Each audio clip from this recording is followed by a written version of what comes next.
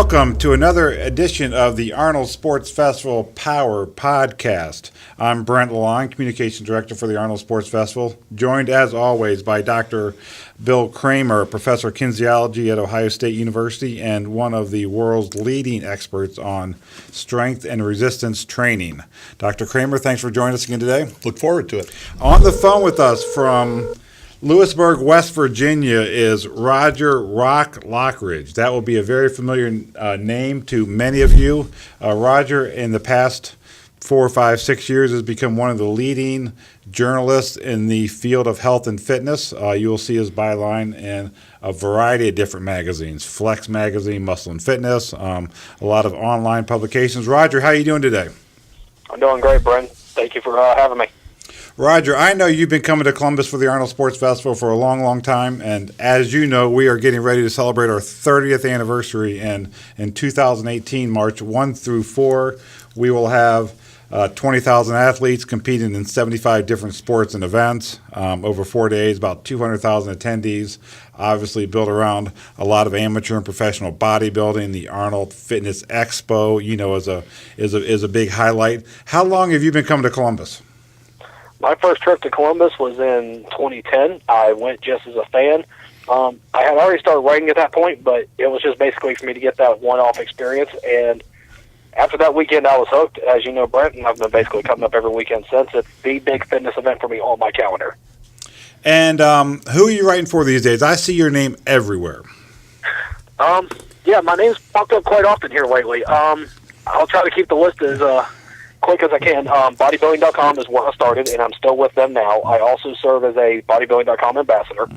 I joined Flex Magazine a year and a half ago, and I do 2 columns for them and occasional features. I also write for Muscle and Strength, Muscle Media Magazine, and then I also do freelance work along the side, just basically whenever an opportunity pops up for me to join and fly the flag for fitness. I try to share my wisdom, knowledge, and whatever else I can. The best part for me is telling stories. So if I get to do something one-off to promote an athlete, that's always the best part for me. And what have you written about lately, or what are you working on now that you're excited about? Oh, geez, a lot of things. Anytime the new year comes up, 2018, January through March is always the busiest time of year because I get to look for those athletes that might possibly be preparing for the Arnold, and I get to get a little insight into their prep, get to give readers a chance to learn a little bit more about what it takes to make it to one of the biggest stages in the game. The role of Bodybuilding.com ambassador is relatively new, so I get to go to gyms across the state and promote them and talk about what we're up to and basically get to share my story as well. And if anything I can do to help those people that make New Year's resolutions make next year their year, that's what really gets me going. And I know you've been coming to Columbus since 2010, but I know your story goes way before that. Tell our listeners and viewers a little bit about how the gym really changed your life. Okay. So when I was a teenager, I had grown up in a home of domestic violence. Back then, it didn't even really have a name, but now the term is known as childhood domestic violence. I was also a victim of bullying. I was very scrawny, very thin, and I was looking for an outlet, something to help me put these negative feelings aside and do so without possibly doing any harm to anybody else, because I know I felt enough of it on my own, and weight training was what I found. And I joined the transformation contest, but to join it, I had to get a doctor's clearance and gym membership. So my mom had a credit card, so when I signed up for the gym, she said, "We'll use the credit card, but if it gets touched, if you do not make the monthly payments, we'll cancel the membership." So I had to go work odd jobs and then get a regular steady job to pay the bills. So that meant I was investing into it. So I had to make that investment worth it. When the doctor cleared me for my training, he said, "Well, you can do it, but I don't want you to have to put yourself on too high of a pedestal and then knock yourself off. You're just not going to get that big. It's not in your genes." And that was all I needed. I've been fired up ever since, and I ended up gaining over 100 pounds of muscle, and I became a personal trainer.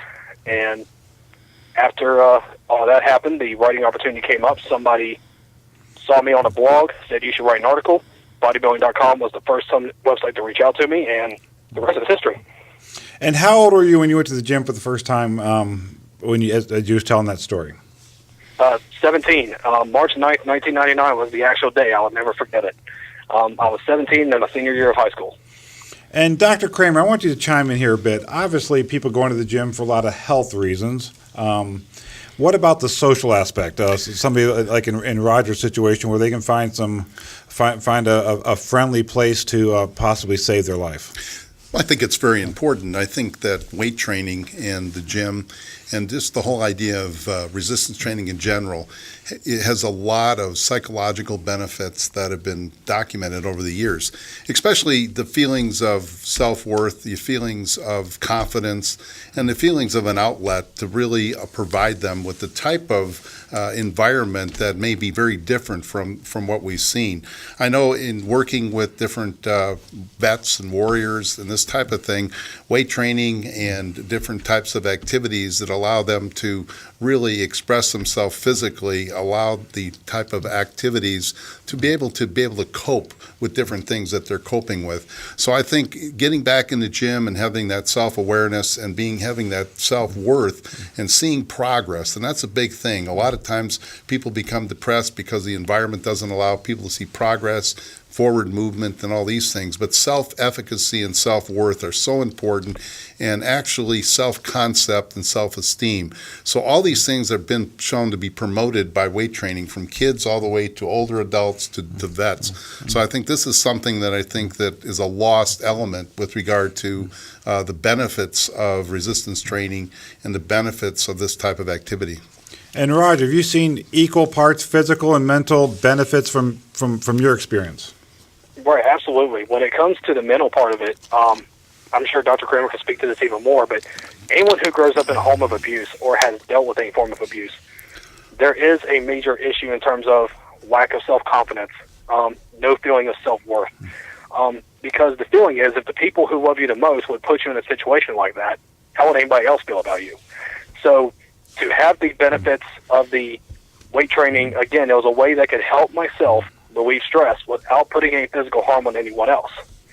That was a big mental boost for me because it was a very positive, aggressive outlet. In terms of physically, numbers motivate me. I'm a big numbers guy. So when I can throw an extra 2.5 or 5 pound plate on the bar, when I see the scale go up a couple pounds, when that medium shirt I was putting on was starting to get a little too tight and I needed to upgrade to a large for the right reasons, all those factors physically was affecting me mentally in a positive way. Because this was something I was doing for me and by me. Nobody let me do this.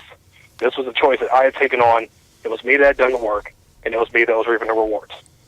And you hear a lot about people go into the gym, whether it's all cardio, weights, whatever, they start seeing results, Dr. Kramer, and they say it becomes addictive. Is that a real thing, the addiction, when you see with the results? Well, I think, this has been a debate for many years in the physiological and endocrinological worlds. Our work has shown that people who do exercise each day, frequently, what they do see is the fact that their hormone systems are going up. And one of the hormones that go up is, in fact, the endorphins, or the opioid-like compounds in the body. And we also know that dopamine can go up, which is very much involved with the physiological aspects of really idea that it's being satisfying the brain in many different ways. In fact, dopamine is really negatively related to a lot of the addictions that occur, but it's also pain-pleasure aspects. So I think the body is actualizing itself. It's self-realizing itself physiologically based upon the stressors that it's trying to cope with. And in some ways, the positive aspects, as you note, is very, very important. And I can really, identify, and not with the violence, but even as kids that are, bullied, experiences with regard to people who are overweight. They're trying to get down, and kids take this. We found that weight training is the first place that gives them self-efficacy and confidence, where in the past, typical going out and running or doing something that you typically need cardiovascular and your size is against you, is counterproductive. So again, all the different aspects that you just heard are really coming to bear with regard to the confidence of being able to do it, the confidence of seeing progress, and then physiologically, definitely there are physiological hormones that are going up and stimulating and verifying this self-efficacy that's occurring both in the brain and throughout the body. Now, Roger, I know when I see you in March every year, for the last 6 or 7 years, you continue to progress. You get a little bit bigger, you look a little bit leaner, you look a little bit better every year. What are you doing these days from a training standpoint? How often do you go to the gym, for how long, and what do you do when you're there? Well, in recent years, I had actually bought a house, and along with the house came a 2-story barn. So I actually am a part of the home gym club now. I actually bought all the weights I would need. I've made a couple of machines to help me do what I need to do, but I still train at home 5 to 6 days a week. I do cardio post-weight training. Sometimes it'll be a low-intensity walk for 20 to 30 minutes. Sometimes it could be a 10 to 15-minute high-intensity jog/walk off and on. And then there'll be days I incorporate sprints. I try to use the best of everything. I've never been one to believe that one way is the only way. I believe one way is a part of an overall scheme that you should follow. And the more methods you can incorporate to see what works for you, the better. I go to Metro Fitness in Columbus, mostly on the treadmill. I run more than I do anything else. But while I'm there, I see guys coming on and off the treadmills, working a little bit of walk into the cardio, before they work out, after they work out, a little bit of everything. Dr. Kramer, is there a method to that madness? How much cardio versus weight training, before or after? Is it personal preference, or is there some science behind all that? Well, I think the science is that there's a lot of things that are done in the gym that we're just barely catching up with in the laboratory for verification. But I think what the key thing is, it's the primary aspect of what your training goals are. I think a lot of times people are doing kind of what used to be called circuit training. They're doing one type of activity, going to another, in some type of format, and that's become rediscovered in the current training paradigms of different fitness regimes. And I think part of it too is to keep the boredom away. When you get on a treadmill or a cycle, unless you really can do it for a long period of time, people get bored, and one of the things that really happens is variation and novelty keep it going. But you got to keep in mind what's effective too. We found in our studies that a lot of times you can waste a lot of time where it really isn't contributing to a performance outcome. It may be more psychological, so you got to train smart, and you got to understand why you're doing the different things. But there's nothing wrong with the old concept of doing the different activities and keeping the training concepts alive and exciting for what you're doing in order to maintain it over a long period of time. And Roger, what are you trying to accomplish? You trying to get bigger, be stronger, trying to keep your weight at a certain level? When you go into the gym, what are your goals? Well, now when I go to train, it's more about overall function than anything else. I'm in my mid-30s now, and I don't really see the need to be carrying around 240-plus pounds of mass. And if I'm able to trim down to a healthy 200, 210, and focus more on not show, but go, more about function, and not just for a short term, for long term as well. That's basically been my overall scheme from this point going forward. Now, when you come to Columbus the last few years, you have participated in one of our most popular events, which is the Arnold 5K Pump and Run. And for those who don't know, it's a very unique test of strength and endurance. We get about 1,000 athletes come in on Sunday morning, and they need to bench press their body weight for reps, up to a maximum of 30 reps. And those who win this event or do very well in this event will get their 15 reps in. And what happens is that those 30 reps get you 30 seconds off your 5K run. So you come in the morning, you bench press your body weight 30 times. That gives you 15 minutes off a 5K run. Then about an hour later, Dr. Kramer, they all go run a 5K. The stud boys are going to run 16, 17 minutes, and all of a sudden the winning time in this thing is a minute. Roger, how do you train for that unique combination of speed and strength that you have to do it all in one morning? Well, the first thing I did was, since it was on a Sunday morning, I tried to simulate that day as much as possible. So Sunday is my test day. Between 8 or 8:30 in the morning, I will go ahead and do the bench press portion of it. I will figure out whatever my body weight is for that week, and I'll try to get for as many reps as I can. And then I wait 60 minutes, and then as soon as that 60 minutes is up, I hit go, and I run a 5K here in my neighborhood. And I base my time, of course, with the reps, and that's how I come up with my time. And I try to improve on that every week. I take the Monday off. So while most people are training chest on Mondays, International Chest Day, I actually use that as a recovery day. And then Tuesday through Saturday, it's a typical bodybuilding type split with, chest and abs, shoulders, back, legs, arms.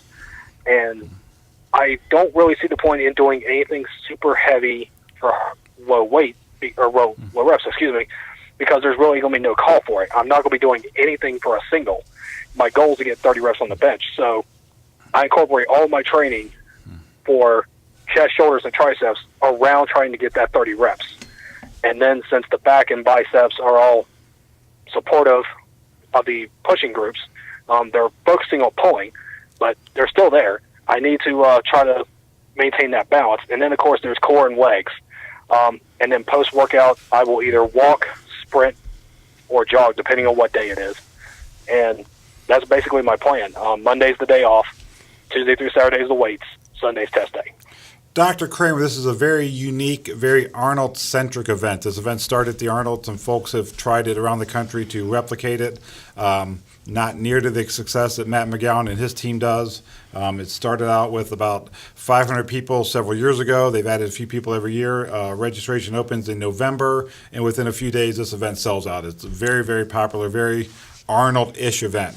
You got to bench your body weight up to 30 times, take about an hour break, and go run a 5K. What's the science say? How are you supposed to prepare for that? Well, I think you've heard one of the people who train for it and really have experienced it. I think the big thing here is that it's popular because people have been very familiar with cardio, and 5K is the right type of distance. If you made them do a marathon, now it becomes a whole nother type of event. So the 5K is really not necessarily many times in the real competitive world, they're sprinting it. I mean, what we found out in a lot of the races, people don't even never touch their heels, and obviously shouldn't when they're doing running in the first place, a distance. But the other thing is that your body weight plays a big role. So the strength per body mass. We talk about how we rank people with regard to different amounts of strength. If you're benching your body mass, you're above average. If you do 1.5 times your body mass, you're even excellent. So a lot of times people would be training the 5K. The cardiovascular is a big element here, but it's also speed pacing, as you heard. And the other thing too, some people do vary where they try to get stronger so that the submaximal load is in fact easier. So sometimes you can train local muscular endurance with the higher reps and the lower weights. Other people do throw in heavier loads so that the percent of max that you're going to be doing your 30 reps at is much lower and than what you would need. So there's a number of different ways, but it's a unique event, and I think people are kind of feeling it out how to train, and you got one of the experts in the world doing it. And I think the bottom line is that it is cardiovascular based. It's also body fat based. We know from just many things that you can get faster just by making sure your body fat is low enough so you're not carrying excess loading in an area. So it's a combination of different factors, and recovery, as was mentioned, big time important. People can easily overreach on this thing and really have a recovery phenomenon. So that's kind of where we're at, and really right now we're learning. So Roger, before you started competing in this event the last couple of years, did you run much? Were you a runner per se? No, I wasn't really. I had done basketball. I had done sports that had incorporated a lot of quote-unquote running, up and down the court or Sure. around the field. But as far as consistent jogging or running goes, I never had. That was what kind of led me to it, though. I wanted a new challenge. I wanted to do something I hadn't done before. And I had realized I was in a place where I didn't really need to be so big anymore. So if I was going to lose weight, if I was going to improve on my running skills, and I was going to complete a dream of competing at the Arnold, what better way to do it than with a pump and run? Because in incorporated training, which meathead, ironhead me, was all about doing, it allowed me to scratch that itch of seeing how I could do as a runner. And then also, I mean, how many people, there's going to be 20,000 athletes competing at the Arnold. I'm going to be one of them. That was a pretty big deal for me. As someone who was told that I was never going to get bigger and stronger, I'm an athlete on one of the biggest events in fitness. So it was a pretty nice tip of the hat for myself. That was basically the motivating factor that led me into it. And now I think it's kind of becoming a tradition. Yeah. Well, I think realistically that's fantastic, and I think the whole phenomenon. I was going to mention, because of a 5K, many people start incorporating interval training, because it's really a speed event, not really a continuous event. You got pace running, pace workouts, and this type of thing, and there's many ways to do that. But I think the key thing is that you can tolerate the demands of the 5K race, which are much more have a bigger anaerobic component than people think, especially as you try to kick in for speed and all these type of things. So those fast runs that you do are really kind of training you for the stress toleration of the pace you need to keep during that type of competition. Now, Roger, that was my thinking. And there is also one other X factor that a lot of athletes don't consider. When they go to compete at an event like Columbus and they go to run in a 5K, they go run on a treadmill and try to time themselves. You're not on a treadmill. You're in 40-degree weather in the middle of downtown Columbus, Ohio, at the beginning of March. Right. And so, that kind of throws another kink into it, because instead of being in a tank top and shorts, what I do is I actually run outside. I layer up. I make sure the joints are covered. I wear the hoodie and the big pants, and I actually try to go through the elements. That way, when it starts warming up, as opposed to running in January when I train, go to Columbus in March, it might be a little bit warmer. I can handle the elements that much better. Yeah, and your respiratory system is definitely challenged. If you haven't been exposed to some of the respiratory challenges in cold weather or colder weather, it's really a kind of a shock to you. And it's really a phenomenon of really training for what the competition is going to face and what you're going to do. And I agree. It's you have to think of it not as a typical run. The other thing I wanted to say was, you got to do bench pressing. When I was in the military, we had to do push-ups before we did our timed 2-mile run. People forget, when you have upper body fatigue that already occurs, it makes the race a little bit. You got to get into the ability of having to do something before you go and do another speed event, and that's another factor I think people forget about. Yeah, we have talked about with Matt McGowan and his team on ways to increase the number of participants in that race. We have about 1,000 people do that race on Sunday morning. And one idea was to have folks bench press the day before. And from an integrity standpoint for the event, we said no. We want the test is that unique. You got to bench press your body weight, and an hour later go run that 5K. Yeah, I think the military does that in a way with their fitness testing of old, and the bottom line is I can tell you from personal experience, you have to train to do things pre-type of race that you wouldn't normally see done in a typical race. So it gives it the unique Arnold Classic phenomenon, so to speak. You bet. And in addition to the 5K pump and run, we also have a standalone 5K. The pump and run is sold out and has been for a while, but we have about another 1,500 folks or so come out and just run a 5K that morning, and then go to the expo and enjoy the rest of the weekend. So Roger, I know at the heart of all this, you are a fan of the industry. You're a fan of, I know you're a big fan of what we do. When you come up in March, it's the 30th anniversary. What are you looking most forward to? What do you like to do when you're here? Oh, there's no single thing I could isolate on that brain. You know that. As soon as I roll into town, the first thing I have to do after I get the credentials, of course, and get checked into the hotel is go do the meet and greet. Yeah. I mean, if you're a bodybuilding meathead fan like me, and then you get to see the biggest IFBB pros on the planet. Yeah. How do you not take advantage of that right off the bat? Yeah. Then you go in the Friday, and they have everything going on with the expo. And there's a lot of people in the expo, but it's not quite as crazy as Saturday. So Friday is a great day to take it in. Yep. And the whole advantage of the expo is the magazines and the websites literally come to life. Every fitness personality in the game is there. So you could literally be bumping shoulders into someone. And then you roll into Saturday afternoon, you have the International Sports Hall of Fame, which I get to go to every year. And then the Arnold Classic and the Arnold Strongman Classic, which is a big hit. And, of course, you guys always have some type of extraordinary center stage event that goes in between the Strongman and the Arnold Classic, whether it's people doing body weight, standing on top of each other, or tricks with jumps, or all different types of crazy forms of fitness. It's awesome. And then, of course, Sunday's game day for me.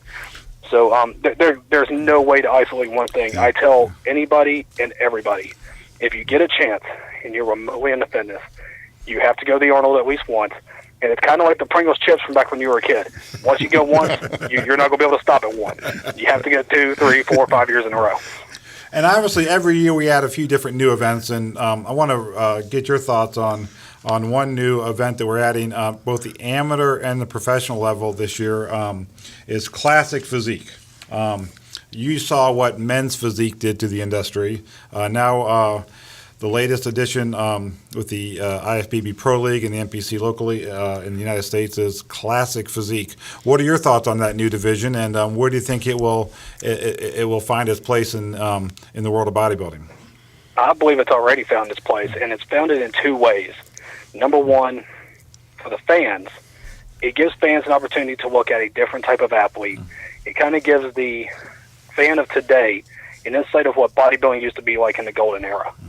And then in terms of the athletes, you have athletes that are coming up that want to achieve a certain look that can compete in that division. You also have bodybuilders who are a little bit past their prime in the open division, but still have a way to contribute and compete. They can actually come down and maintain some form of their physique for the Classic Physique division. And then, of course, for the people like me in the industry, there's more great athletes to cover, more stories that can inspire people, more athletes that can help convince folks that are not into fitness they need to get into fitness. I think it's going to open a lot of doors both in and out of the industry. Yeah, I think one of the things best about the Arnold Classic, and I've been coming for, I guess, 20 years, my first experience, is the array of ways that you can get people involved with physical culture, the array of ways that you can be inclusive of the different type of athletes. So congratulations on your story. I mean, it's very inspiring, and the type of things that you write about and all this type of stuff is really important, and inclusiveness across the board, so we don't isolate people in little cubby holes. Everybody gets to play their role for who they are and what they can do. And Roger mentioned the first thing he does is he gets in town, he gets his credentials, and he goes check out the IFBB Pro League meet and greet on Thursday night, which has all the athletes from the Arnold Classic and Arnold Classic 212 and the fitness and figure and bikini girls. But that's not the first thing he does. The first thing he does is comes up to the office and sees us and gets a workout in at Metro Fitness. So don't sell yourself short there, Roger. I know when you get to town, the first thing you like to do is get a workout in. Okay, yeah, I was talking more of the industry, but as far as the fan person, yes, I got to come say hey to you. If possible, I'd like to say hey to Mr. Warmer, and then, Metro Fitness. I got to tell you, that gym isn't just one of the best gyms in Columbus. That's one of the best gyms in the country. And the energy you feel off of that place when you walk into Clang and Bang is something that I can't describe on a podcast. These people are just going to have to find out for themselves whenever they get into town. Yeah, it really is sacred ground, and on behalf of Mike Davies, I know he will appreciate those very kind words. It is a special place, especially that week when you walk in there and it's a who's who of folks working out, getting ready for the weekend. It is, and it's actually kind of a microcosm, that gym, of what the Arnold Classic represents, because there's so many different things that you do there. It isn't just picking things up and putting them down. There are forms of cardio, there are forms of aerobics, there are other avenues of fitness that people can get involved with. I've seen what Mike Davies does whenever he's out there. I've seen some of the stuff that Rob Fletcher has done since he's been to Columbus. Shout out to Rob Fletcher, who also actually does a lot for the Arnold in terms of the martial arts. Yeah. And, if you want an idea of what the Arnold Classic is like on a worldwide scale, go to Metro Fitness and see what it's like on a Columbus scale. Well, Roger, thank you very much for those kind words. Thank you for your support throughout the years, especially in print, online, all the writing and stories you do about us. I know if when I call you and pitch something, you're the first one to pick up and run with it, and we appreciate that. I know you love the event, and guys like you is what has allowed us to grow into the world's largest multi-sport festival over the past 30 years. So thank you for that. Thank you for joining us today on this edition of the Arnold Sports Festival Power Podcast, along with Dr. Kramer. I appreciate it. Thank you.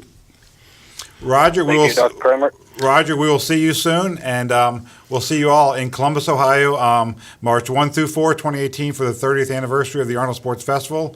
Go to arnoldsportsfestival.com for all the information, and go to our YouTube channel, youtube.com/Arnold Sports Festival, and subscribe.